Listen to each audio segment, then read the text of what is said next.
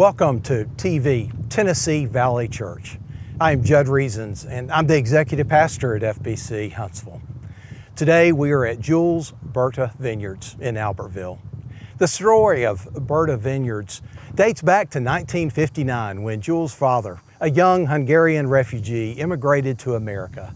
In 1983, he moved to Alabama, and upon arriving, he believed northern Alabama to be wine country. Thus, his dreams of growing true wine grapes, part of what he left behind in the old world, consumed him. The first vines were planted in 1987. In Jesus' day, there were vineyards everywhere you turned. Today, the grapes around me will eventually be hand-picked, sorted, and pressed using a ton of modern-day technology. Then it will be transported to barrels and stainless steel vats for aging. The whole process can last a few months to as long as 20 years. Back in Jesus' day, the grapes were harvested and then spread out in the sun for a few days to increase their sugar content. The grapes were then crushed in large stone vats, first with people stomping barefoot on them to press out the juice. After that, the wine would be strained and stored in wineskins or jars to complete fermentation. And no one pours out new wine into old wineskins. Otherwise, the new wine will burst the skins.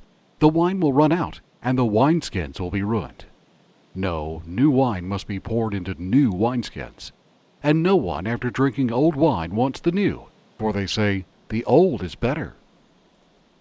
In our passage today, Jesus has just been questioned by the religious leaders of his day about why he was doing things in a new and different way. Why was he going against tradition and custom, they asked. Jesus responded with this parable about wine and wineskins. Partially fermented wine was placed into these wineskins, small bags made from goat skin. The goat skin had been processed and treated in such a way to expand and stretch along with the new wine as it fermented. Putting new and fermented wine in old wineskins, which had already been stretched and somewhat dried out, would result in the bursting of the wineskins. Most water was undrinkable, so wine was the most common drink for people in Jesus' day because the fermentation process killed bacteria. However, they had no means to bottle and package their drinks and thus preserve them. Neither did they have refrigeration like we have today. Out of necessity, wine was most often the drink at meals. So what is Jesus referring to? The wineskins are a type of vessel. Throughout Scripture, vessels are symbols for people. Think of your life as a wineskin. Your experiences, your habits, the way you think, and yes, your ways of thinking, the way you relate to God. Old wineskins are more restrictive and controlling. Old wineskins live for self. They are inflexible. New wineskins live for God. They live in freedom. They live in the newness of life. This past week, many students in our area started a new school year. Colleges are starting a new semester. I preached a sermon 10 years ago entitled, "And Then There Were Two." We had just moved our youngest son, Kyle, in for his freshman year at college. No more socks in the middle of the room. No more, "Dad, the car won't start." Many of you can relate. Time flies. Many college students are moving in this weekend. Others are just starting first grade. New seasons are all around us. Some of you have just retired. Others have celebrated your child being born, or you name it. Is God stirring something new inside you today? In a few minutes, I'll be back to talk more about that.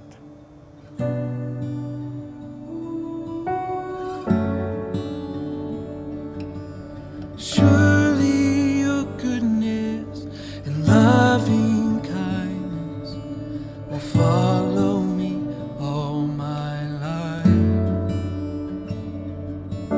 Surely your goodness and loving kindness will follow me all my life. You are my shepherd, I shall not want.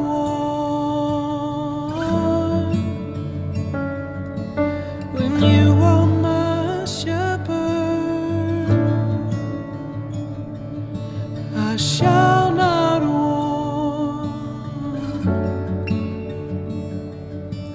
Surely your goodness and loving kindness will follow me all my life. Surely your goodness and loving kindness will follow me all my life.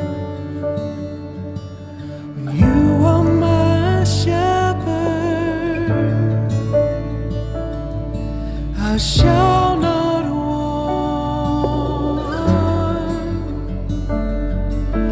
You are my shepherd, I shall not want.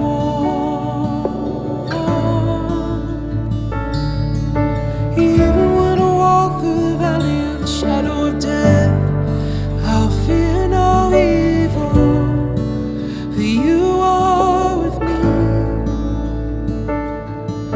Even when I walk through the valley of the shadow of death, I'll fear no evil, for you are with me.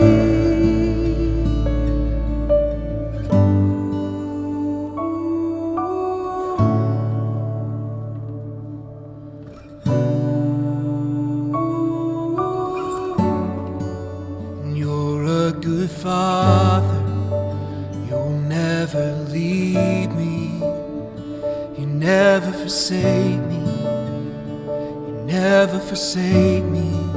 And you're a good father, you'll never leave me, you never forsake me, you never forsake me.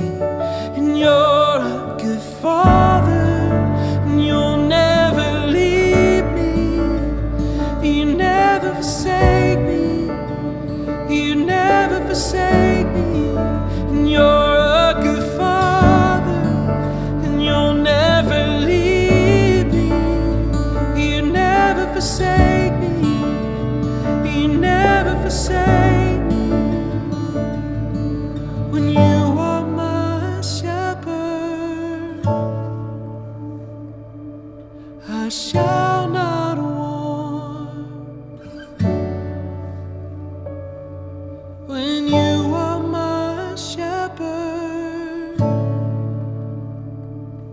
I shall not want.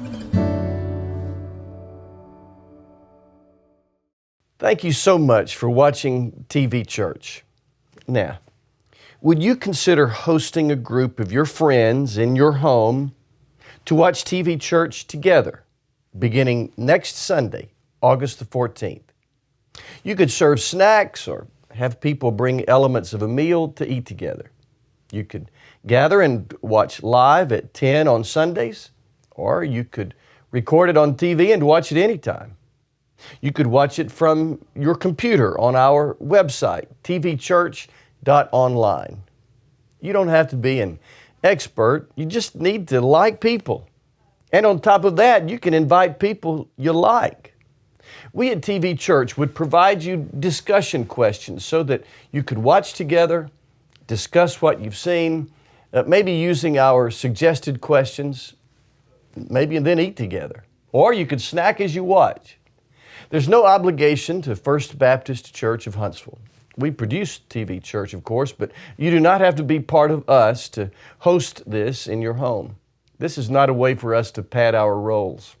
Honestly, it's an effort to take the church to where the people are. In fact, the early churches met largely in homes. Lydia, Priscilla, Aquila, Nymphas, Apphia, and Archippus. Those are the names of some of the people in the New Testament who hosted the church in their homes. Now, we're not asking you to start a church, but you can see that the idea of a Jesus-centered gathering in a home goes back all the way to the Bible. Would you be willing to consider being a host? Email me at travis@fbchsv.org. I'll get you on the email list for discussion questions this week in preparation for next Sunday, August the 14th. Would you host a group in your home?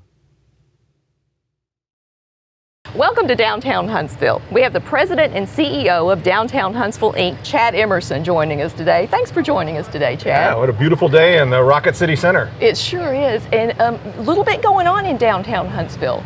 Yeah, it's we're just adding up all of the projects that are under construction or have gone into development agreements, and it's close to $1 billion worth of development in the downtown core and surrounding districts. So a lot is going on. And people who've driven by, walked by, you can see the changes. There's new construction, but also refurbishing the historic buildings, which adds so much to a community.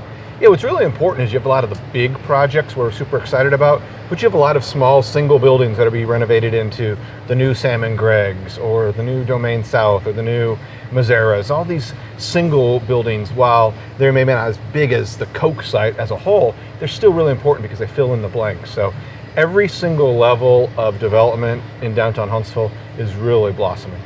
You mentioned the Coke site. That's going to be called Front Row, and that's the newest development, mixed use. Tell us about that. Yeah, that's close to $300 million now. It keeps growing, which is exciting.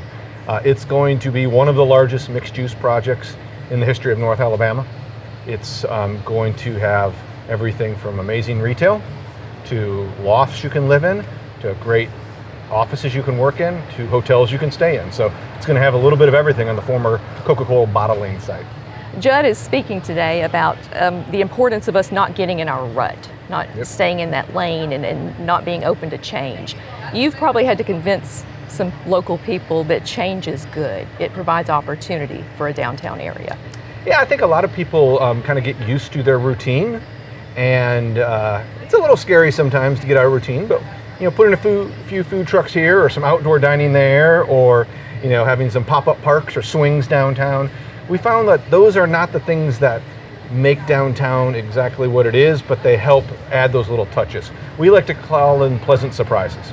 We want to have our downtown full of pleasant surprises. When you walk around a corner, there's a really neat mural, or there's a neat pop-up park, or something that's just fun and interesting. Remember about 15 years ago, city leaders were going to other cities to figure out, hey, what are they doing to revitalize their downtown area? Now I would think Huntsville's probably a flagship for other cities to come to. Yeah, we've hosted probably, especially in the last year as people are getting out and about more, probably 10 different cities coming on in, larger cities, smaller cities, middle-sized cities. Really want to look around and kind of check out what we call as creative placemaking. When you walk down an alley and that alley is full of arts or lights, and it kind of surprises you, right? But it's fun. And so I think a lot of people are really getting the reputation for downtown Huntsville as being a quirky, fun, all ages friendly place to explore. Okay. Thank you so much, Chad. Thank you.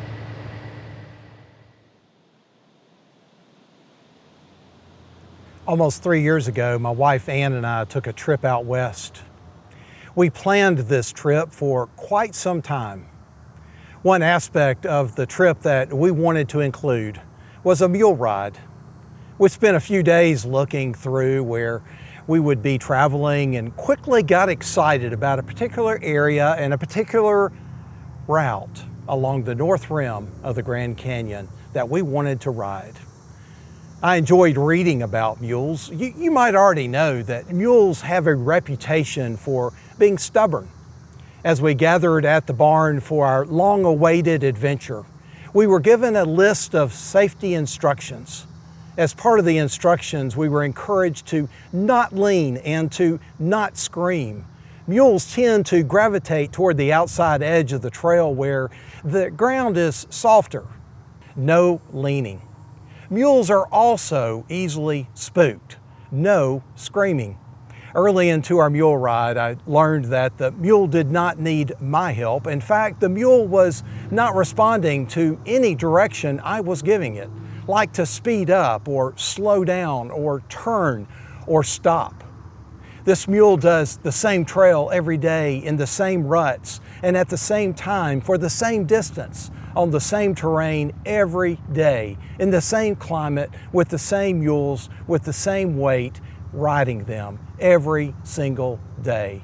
They know that the guide or the mule wrangler will be pulling over to stop every 20 minutes or so to humor the people who are riding them.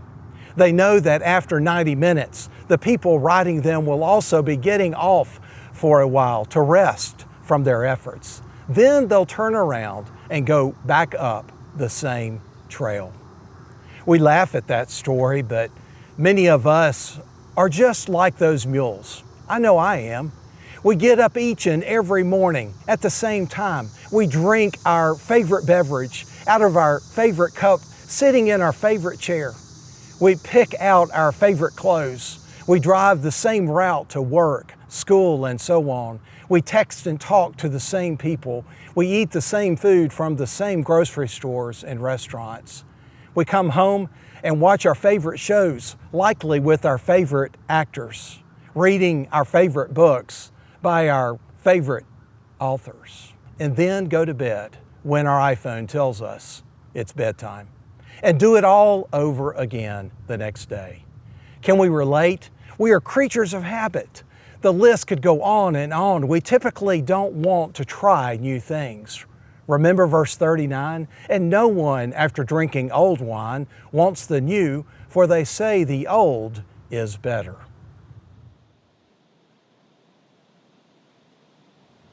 There's a sign in Alaska that reads, "Choose your rut carefully. You will be in it for the next 50 miles. Well, that's pretty much like we are. We get in this rut and we stay in it for at least 50 miles. Author Henry Nouwen, in his book, In the Name of Jesus, admits to being in one of these ruts for well over 20 years.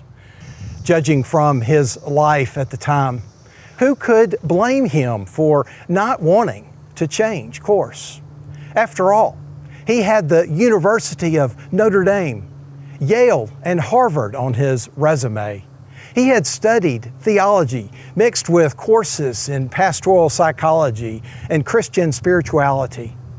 Henry Nouwen was comfortable and saw no compelling reason to seek a change until one day he felt an internal discontent churning inside of him. Hear what he wrote. As I entered into my 50s, and was able to realize the unlikelihood of doubling my years, I came face to face with a simple question. Did becoming older bring me closer to Jesus? After 25 years of ministry, I found myself praying poorly, living somewhat isolated from other people, and very much preoccupied with burning issues. Something inside was telling me that my success was putting my soul in danger. I woke up one day with the realization that I was living in a very dark place. And the term burnout was a convenient psychological translation for a spiritual death. Nouwen asked the Lord to show him where he wanted him to go, and he would follow.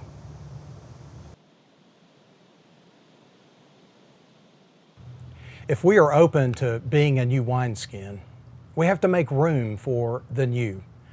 A question some of you may be asking, but Judd, how do I even begin to make room, to create this new wineskin? To be totally transparent, Judd, I'm at capacity right now. Many of us have multiple calendars feeding into our phones and computers. We have the work calendars. We have the family calendar. We have an organization or two that we volunteer for on another calendar. And they're all different colors. So it makes our screen pretty, but it can be stressful.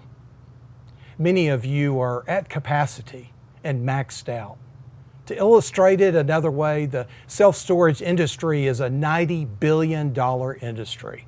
We don't have room for anything else. 1 in 3 garages don't have a car in it. There's no room. I didn't tell you the whole story about the mule ride. The maximum weight for riding this particular mule on the route we wanted was 200 pounds, all in.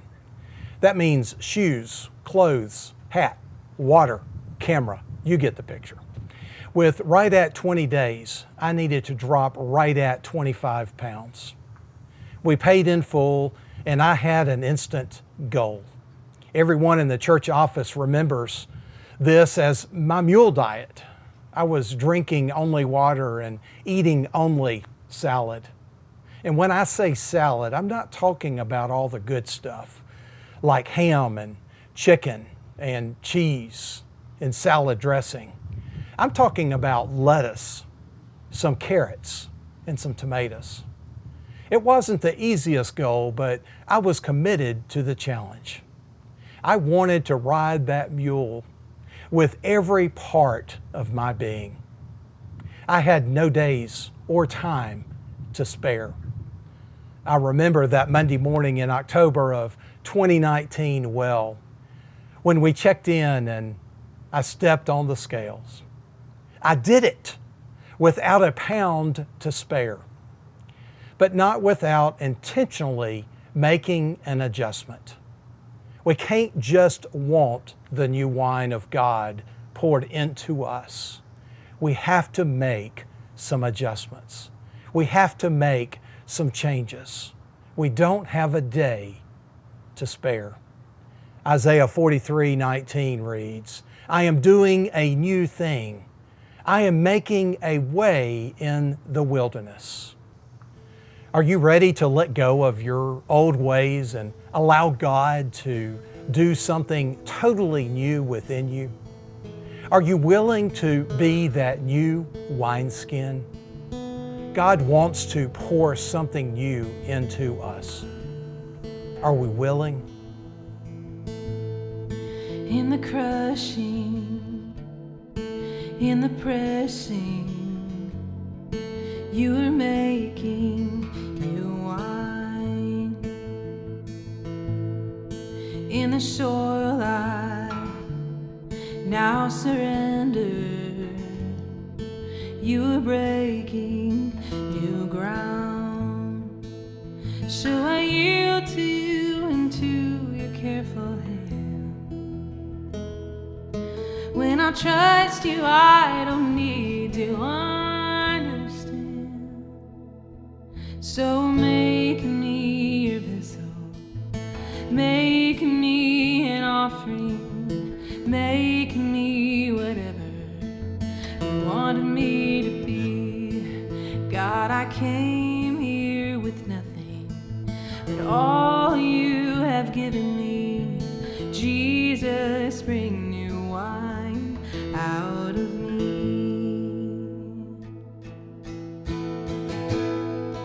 In the crushing, in the pressing, you are breaking new wine.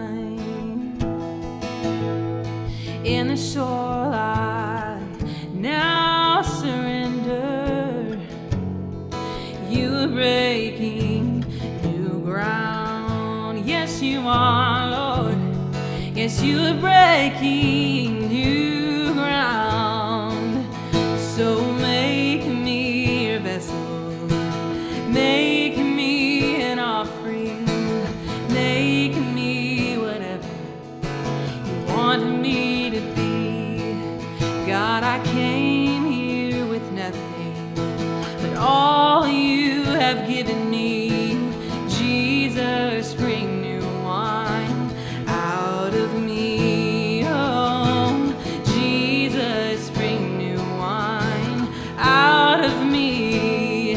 'Cause where there is new wine, there is new power, there is new freedom.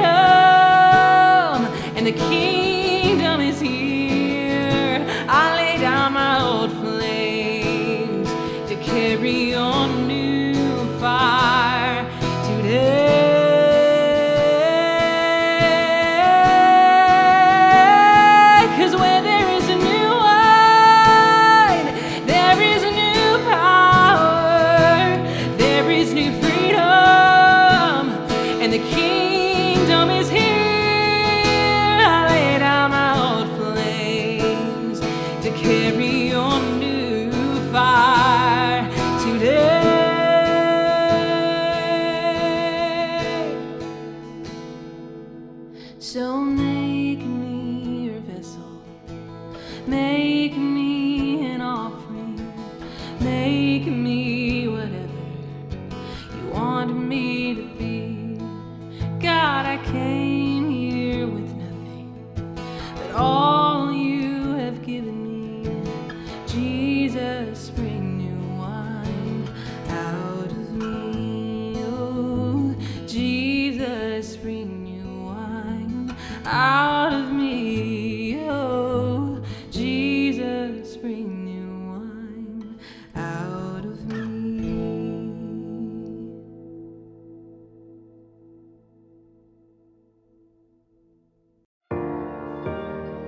Tennessee Valley Church means church has left the building.